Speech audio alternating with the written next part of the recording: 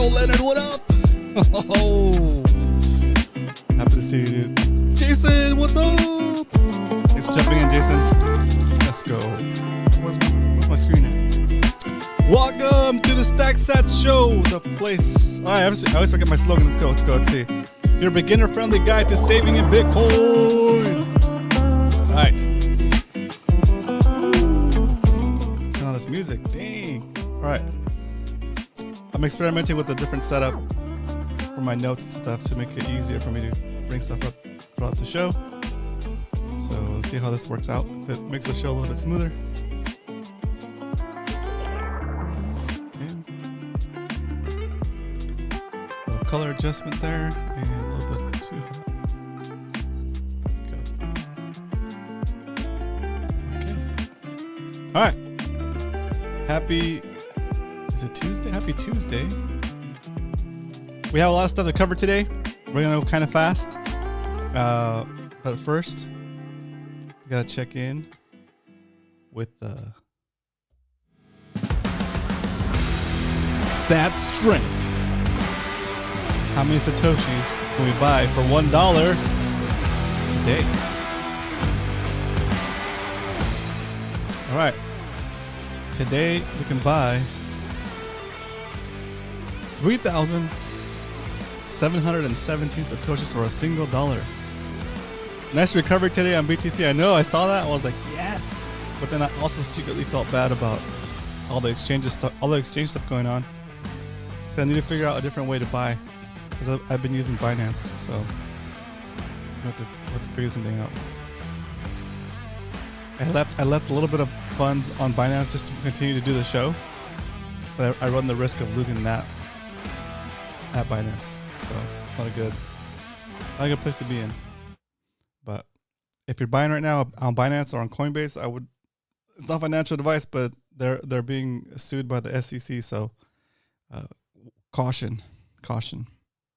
If you have coins on those exchanges, you should have done what you should have done a while back, which is take all your coins off of exchanges and put them in your hardware wallet. All right, here we go. So that's a SATS strength, guys, 3,715. We can buy a lot more today than we could yesterday when the price was down at like 25,700. We're back up to 26,915. So we got a good little dip. KuCoin sounds cool, Jason. That's right. I have an account there too. I need to figure out how I've always sent money there with USDT. Well, no, with the XLM transfer. So I need to figure out how to get actual cash on there. Wire transfer, I guess. All right, let's keep the show going. We have main screen here. Okay, so today, yesterday I said we're gonna go dive into a little bit of the properties of Bitcoin, like the monetary properties of Bitcoin, and I found this awesome article which is gonna do a better job of explaining it than I will rambling up here. So what we're going to do is I'm going to put the article up on the screen in the Why We Stack segment, and we're going to go through it quickly, and if I feel like I need to add anything to it, I'll add stuff to it. But we're going to go just through the main parts of the properties of money that Bitcoin has, okay? Or the properties of money that Bitcoin meets, okay? So that's the premise of the show, and that way we can start next week with something different, and we can just complete the whole what is Bitcoin or how is Bitcoin money conversation in one episode. I rethought about doing it, and I don't want to do 5 episodes on the same thing. So one episode, this is it. Cancel yesterday's episode. Today's episode will include yesterday's tidbit, and I'm going to do the whole thing in one shot. Okay? So here we go. Our next segment. The Why We Stack segment. It's information to orange pill the masses. It's information to get you started on your Bitcoin journey. It's just enough information to get you curious and hopefully start you on your journey to learn more about Bitcoin and study Bitcoin. Okay.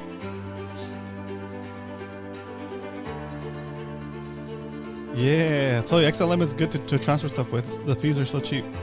Nice job, dude. All right, so the monetary properties of Bitcoin. Okay. And we're going to scroll down to the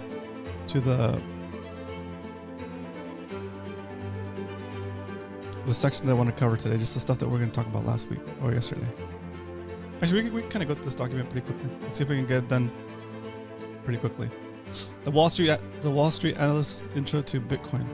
Oh, that's cool. So the dimensions of money, monetary properties of Bitcoin. Now we understand. Oh, there's missing that. Now we understand Bitcoin, how Bitcoin works. Before we can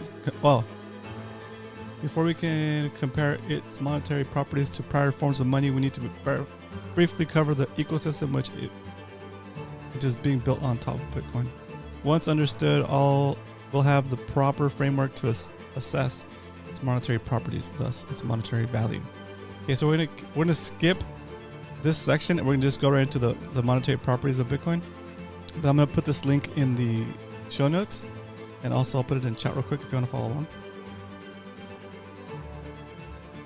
And we're gonna skip to the part where I wanted to cover. Let's see, the properties of Bitcoin. Here we go.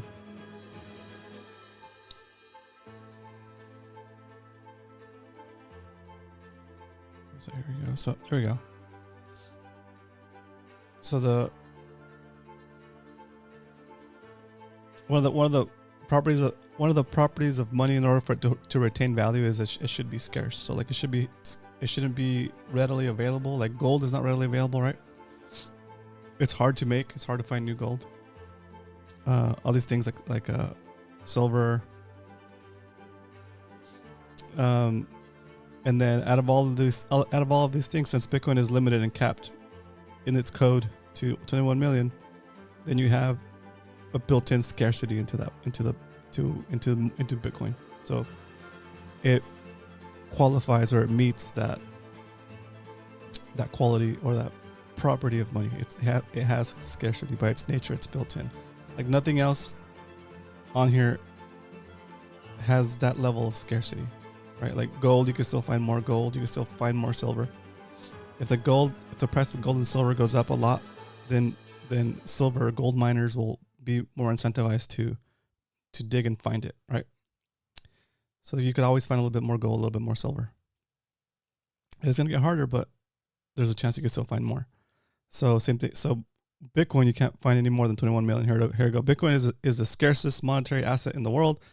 There will only ever be 21 million, and we keep drilling that on the show because that's super important. It can't be inflated. Bitcoin's current inflation rate is 1.8, on par with gold's, which ranges from 1.5 to 2.5. Gold's inflationary rate has existed in this range for centuries and likely will not decrease without a significant drop in its price.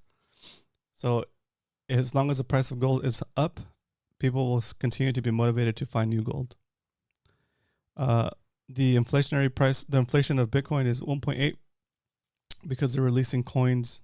They're releasing coins that haven't been the coins are already created, but they haven't been released yet. Those are what's paying the miners, and those rewards will decrease over time until I think 2134 is when the Bitcoin reward goes down to like I think 1 Satoshi or 0. I forget which one it is. I think it's 1 Satoshi. Anyway, the inflation rate of the dollar is well over 10%, I believe. Why can't someone else just create an even more scarce digital currency than Bitcoin? Somebody could copy the code of Bitcoin right now and adjust its supply schedule to produce an even more scarce cryptocurrency. However, this cryptocurrency would be without a supporting network and the person who would have bootstrapped it and the people who would have bootstrapped it. So basically, this is saying even if somebody went and built a new kind of Bitcoin that was more scarce or better, it would be difficult to replicate the first to market environment. So give me a second.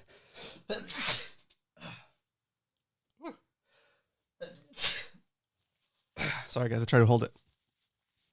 It'd be difficult for somebody to start a new Bitcoin because it's like somebody trying to start a new Coke, right? A new Coca-Cola, or a new product that was first to market. It's you'll never catch up to the first to market, right?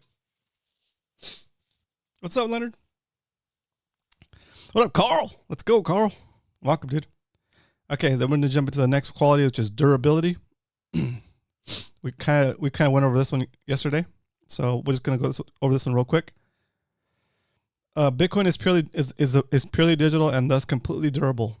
Fiat money where here is uh, fiat money here is referencing its historical physical form, cash and coins, but much of it is obviously online now and maintains some durability. An argument against Bitcoin's durability would be an argument against the internet. If the internet went down, then so would Bitcoin. If this ever occurred, Bitcoin would be the least of our problems. I would not bet on the internet going down because it's resilient network. If it did, then all technology supported by it would lose their value. Basically, all the internet. So anything that's on the internet. So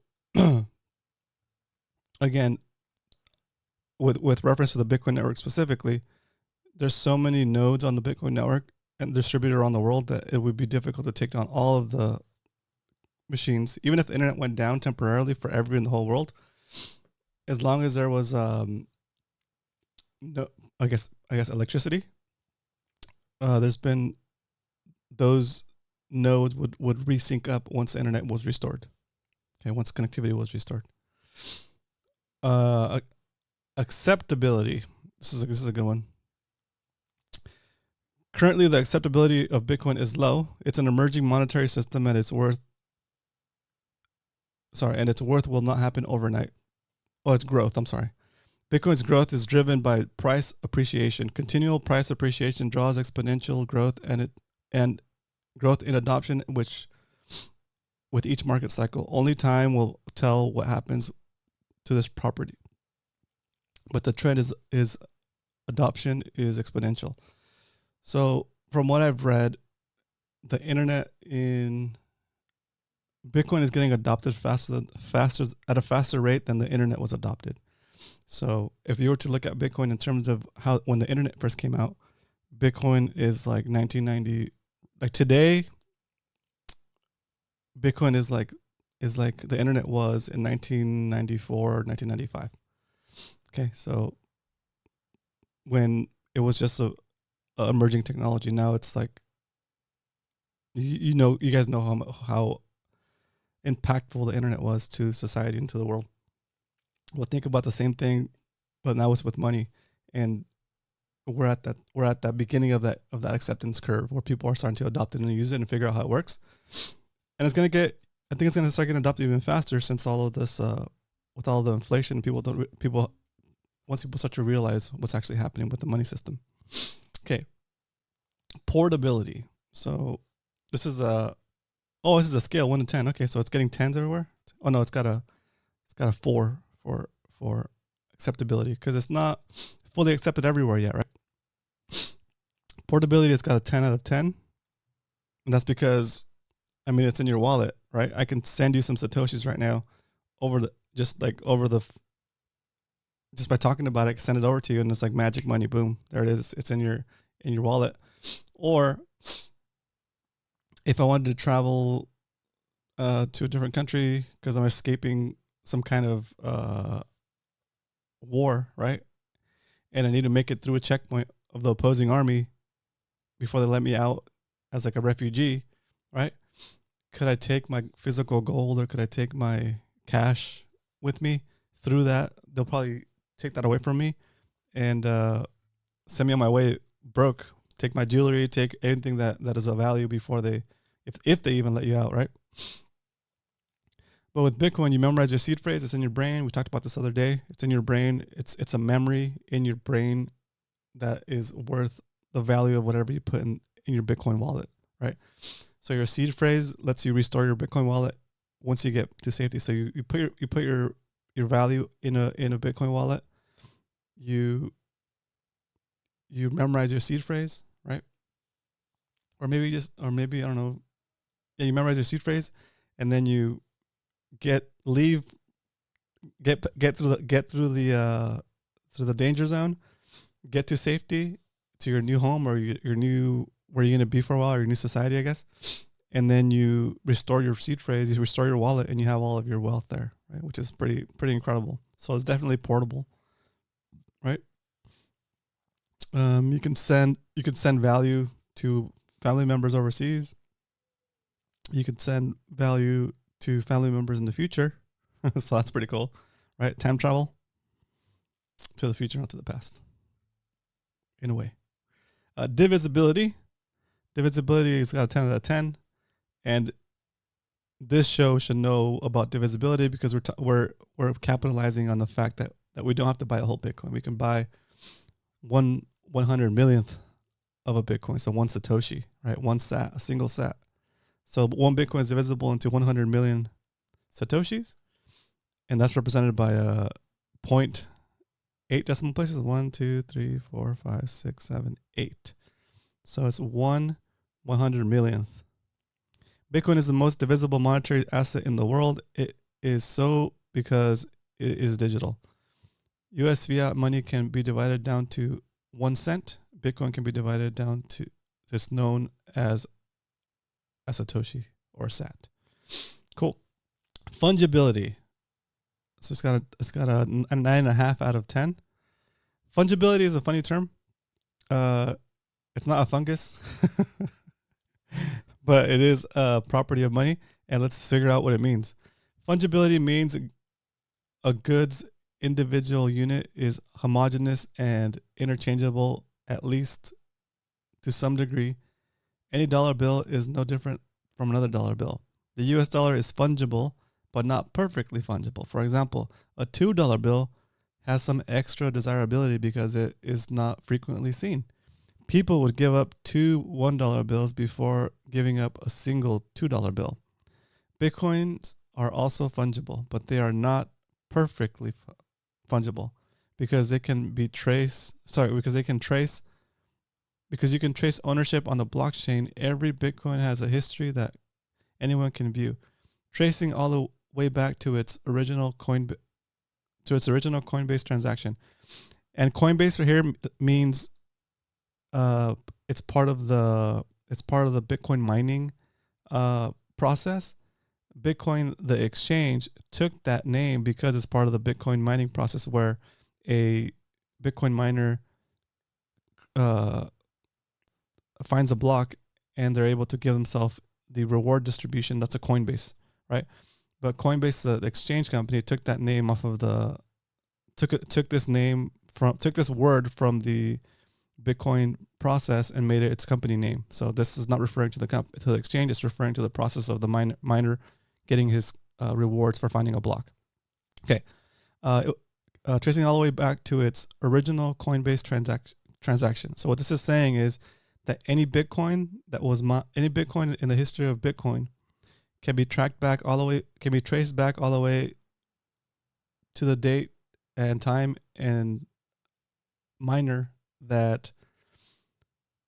account or a miner wallet that won that block and was able to put that Bitcoin into existence, basically mint it, right?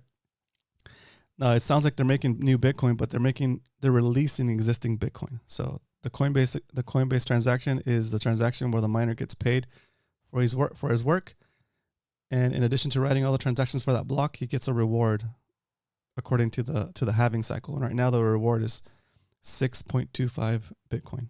Okay, differing histories could impact the value of coins, similar to the way in which historic art is desirable.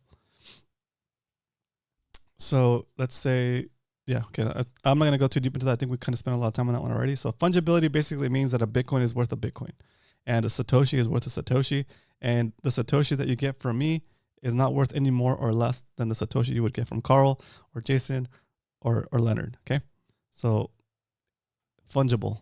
Okay, it's the same thing. This is a cool one. Immutability is a great feature. It's got a 10 out of 10, and let's figure out what immutability is. We'll check out the author too. In my book, I append a 7th monetary property, immutability, to the current 6 accepted properties. Okay, this is cool. The discussion of which requires significantly more explanation beyond the scope of this series. However, to consider the value of an additional monetary property, I encourage you to start with asking yourself questions like, just how has our money been coerced and changed over time? does moral hazard ensue when the agents of money have a conflict of interest with society? Why is Bitcoin protected from the coercion of agents who attempt to control the money? How will decentralized money fundamentally impact our modern banking system? So, but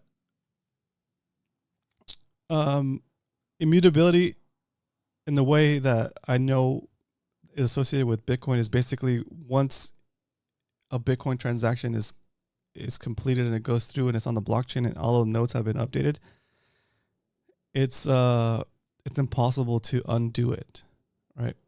And it's impossible to modify it, just because of the nature of how the blockchain works. And we'll maybe cover that next week, how the blockchain works. So once a transaction happens, it gets approved, then there's no way for anybody to go back and make a fraudulent change to it. There's no way for it to get modified. It's there forever, for infinity, for the rest of the time. As long as there's enough, as long as the computer is running the Bitcoin network, that transaction will exist forever. Well, as long as we have we have the Bitcoin network, I guess you could say. Okay. So I know it's a lot. That was a lot for today, but you guys should check out this whole article. It's pretty awesome. It's got a whole series. Let's look at this. Let's give credit to the author, Eric Yaks. I think he's the one that wrote the book. I think he's the guy that wrote the book. What's it called? Let me see if I can find it real quick. Is he the same guy? I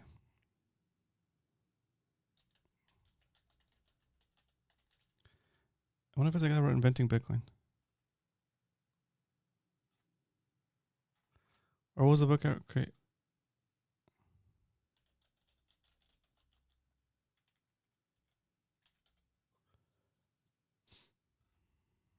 What was his name?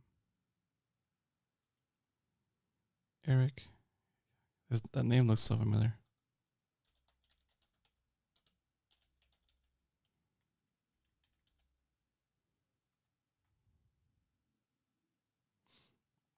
Okay, no, it's a different person. But Eric Yix, thanks for the article. Awesome stuff. You guys check out the whole article at Bitcoin Magazine. I put the link in the chat, and I'll drop it in the show notes for if you guys are watching it a replay.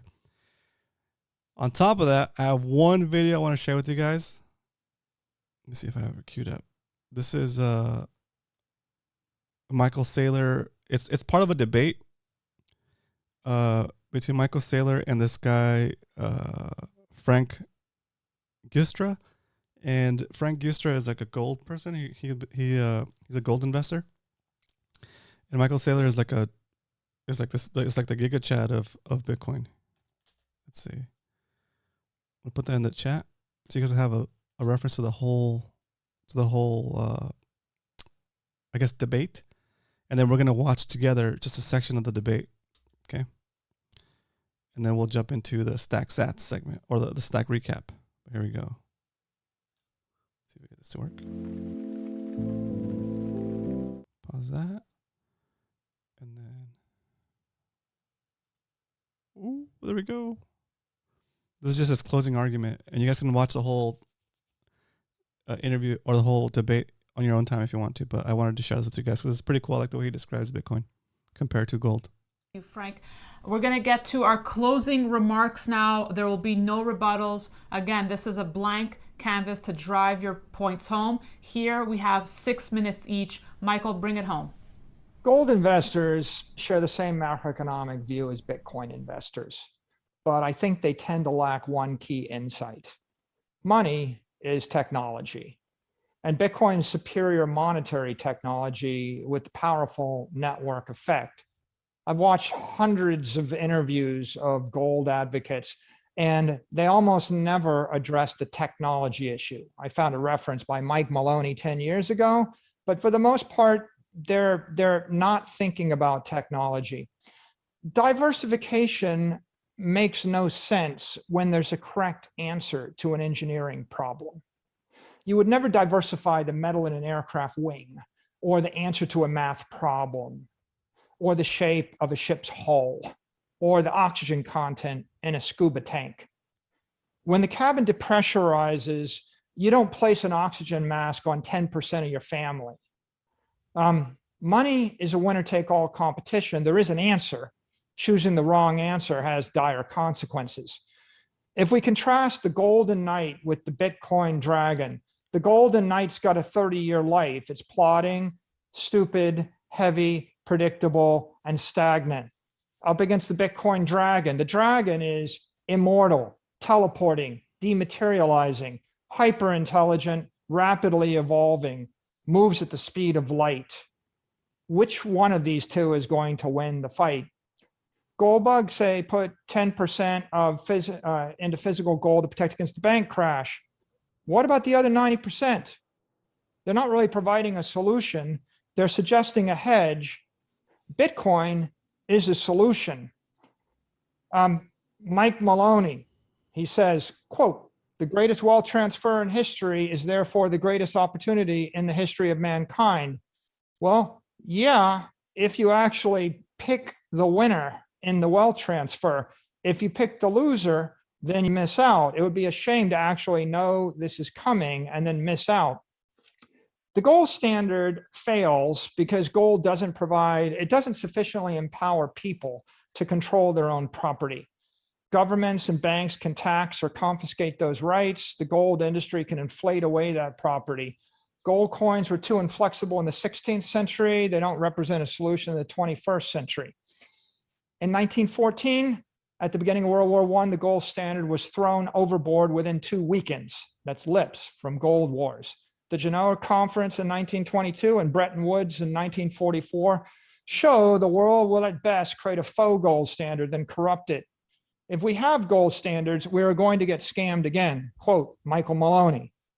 Bitcoin addresses this issue by shifting power into the hands of individuals via cryptography and implementing a decentralized security protocol via proof of work. And therefore, it's protecting money from taxation, inflation, and confiscation.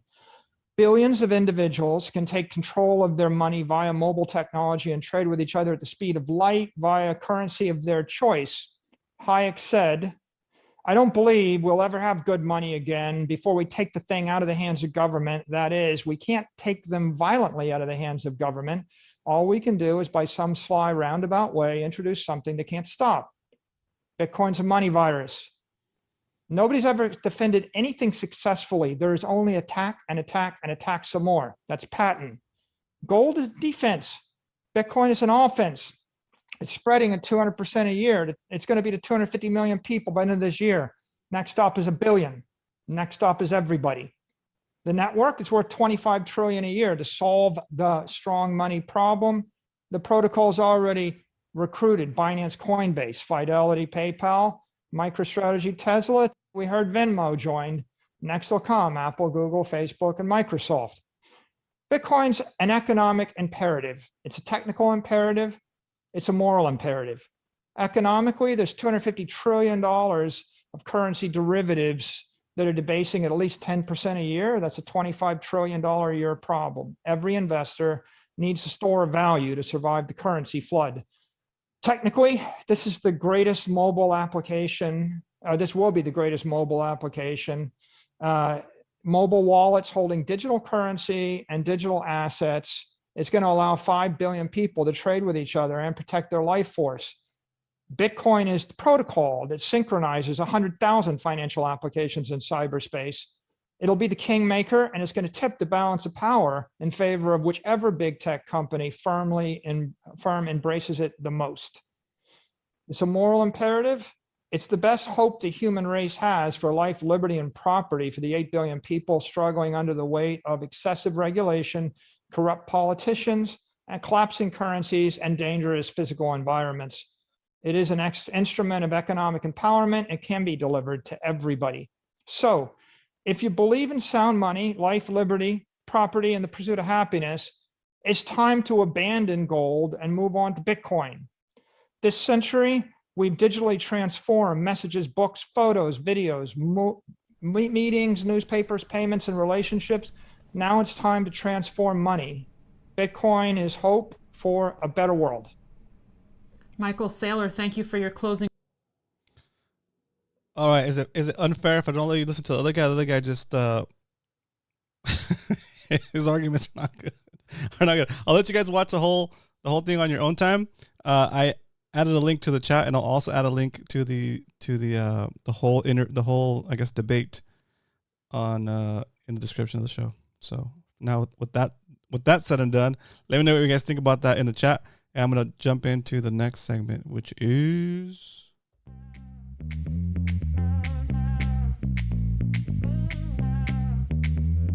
the stack recap. Let's go. All right, let's bring up the spreadsheet.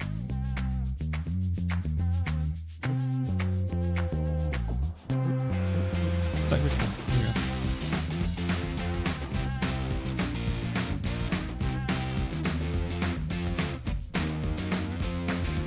There it is. Okay.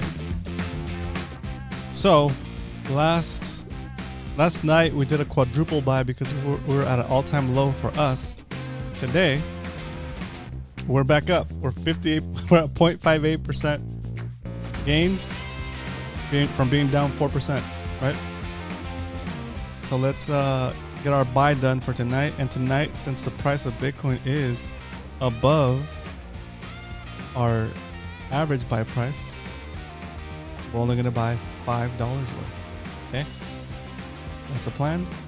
Then we make that buy, and then we'll update the sheet. Actually, let me make the buy. It's time to stack some SATS. Here we go.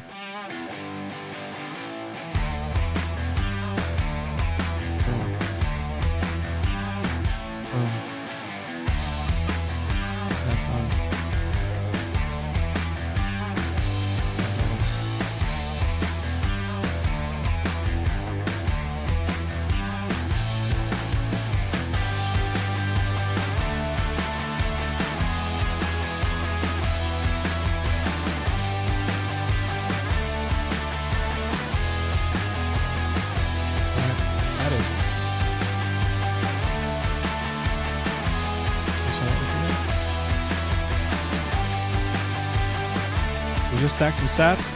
Let's get these on the board because today's the 6th. 23. We bought at 27,160. 27.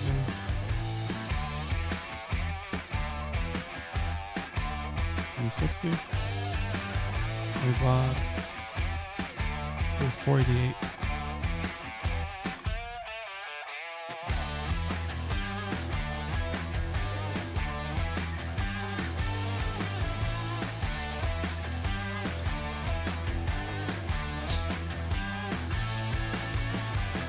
Yielded us 1,500 sats. Oops.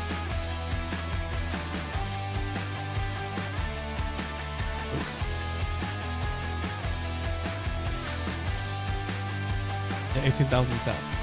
Cool. So that's our new buy for tonight. Change the color to make it easier to see.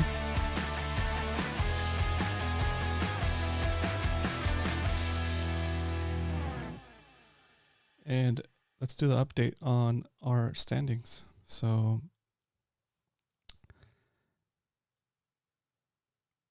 get this chart going. There it is. All right, so here's the chart. Last night, we bought way down here, and then it jumped up.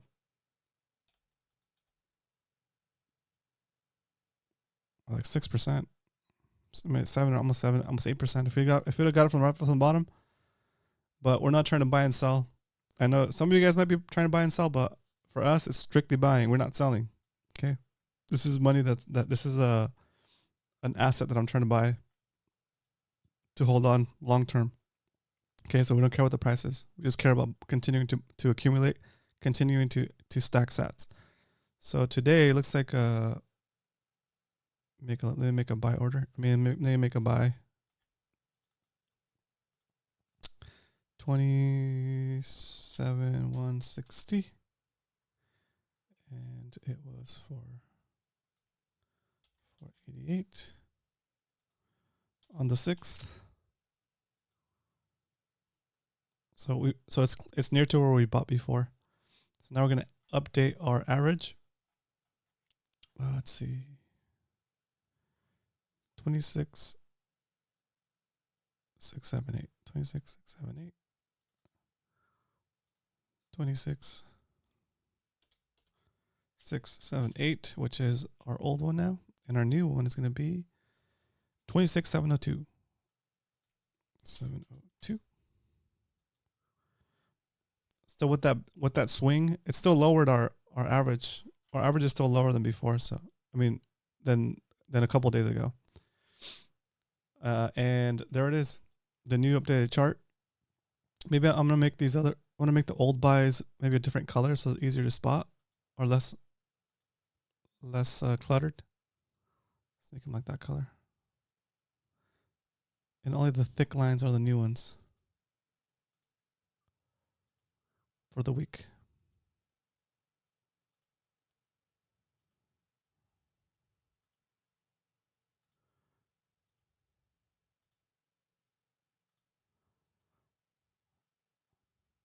So today was, oh yeah, we need to get rid of some of these other ones.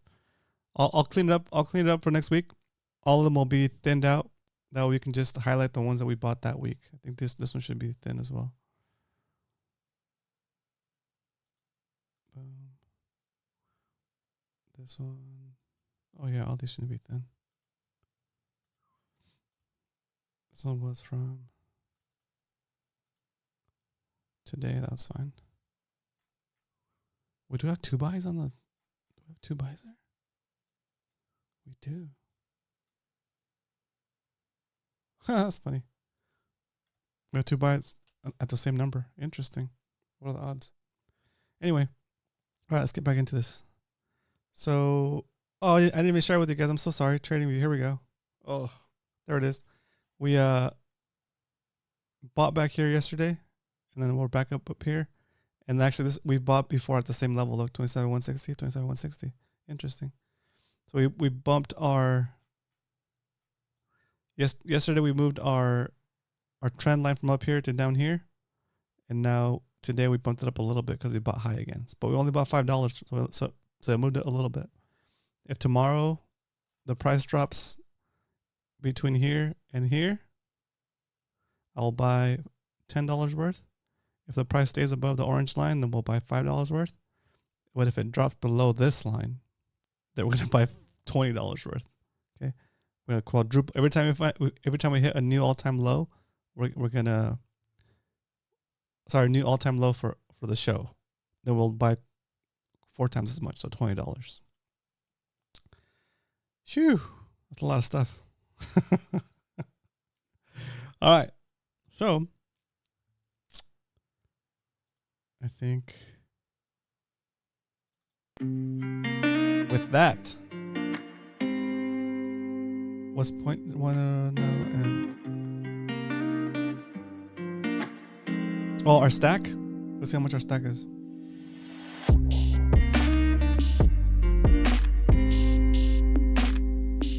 Oh, I see. That's nice. So you bought, sold, and bought again. Nice. Yeah, I'm not trying to miss any kind of pump. So I'm just buying and buying and buying. So our total SAT count is 368,000. That's awesome. We're almost at, yeah, we'll be at 0.01 eventually, and we'll just see it keep growing. Right now, look at our gains. 0.62% gains. Okay, no, it's not a lot. And again, we're only stacking for long term. So this gain lossing is here for entertainment purposes only.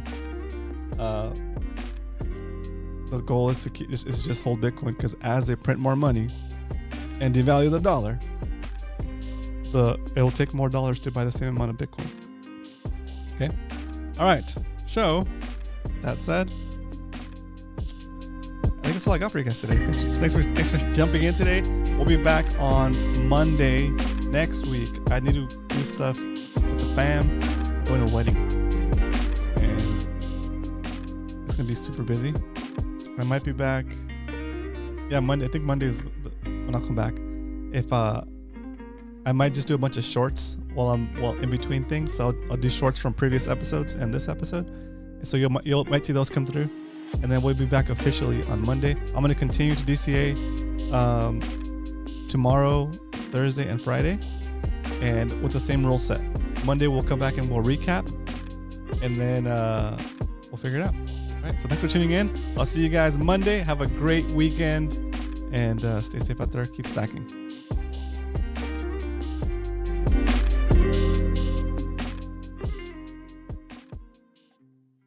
Oh, my song ended too soon.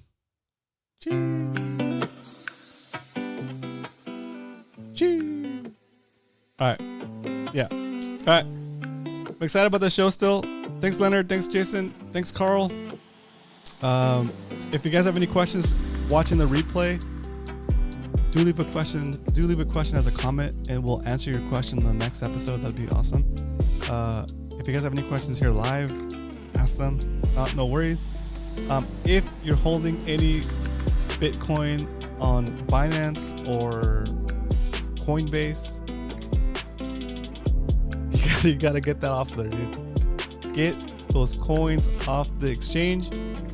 If you don't know how to do it, if you don't have a hardware wallet, then you can do a software wallet on your desktop or software wallet on your phone temporarily until you get a hardware wallet. Get on that exchange, transfer that Bitcoin out of there and onto your wallet, because that way if those exchanges go down or get frozen by the SEC by tomorrow morning possibly, right? You won't have access to those coins because they're not in your possession. The SEC can come and just tell Coinbase and Binance to suspend services, and you won't be able to log into your account, and you won't be able to buy new Bitcoin or sell your Bitcoin or transact or withdraw or deposit. Leonard will call me after the show and I'll walk you through it. You can use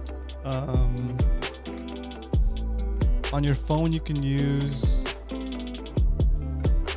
it's confusing, but the Coinbase wallet. You can also use a wallet called, are you on iPhone or Android, Leonard?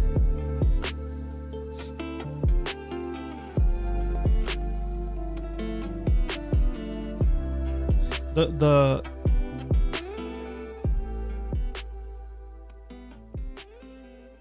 iPhone. Okay, cool. Yeah, well, if you have, we'll talk. I'll message you after the show, and then we'll get you set up, because you got to get that out of there ASAP. And it's not difficult. It just could be a little bit confusing, but I'll walk you through it, and then you can have that peace of mind. And if the exchange goes out of business, then you're good. You still have your coins, and then we just find another exchange to convert them or to buy more, but they'll be in your possession. Okay, that's what we'll talk about next week. We'll talk about self-custody, and I'll walk you guys through it if you haven't done it already. Carl, get your coins off of the exchange if you haven't got them off the exchange yet, dude. All right, and if you need help as well, let me know, Carl. I'll hook you up. Okay. All right, boys. You guys have a good night, and I'll talk to you guys Monday. Later.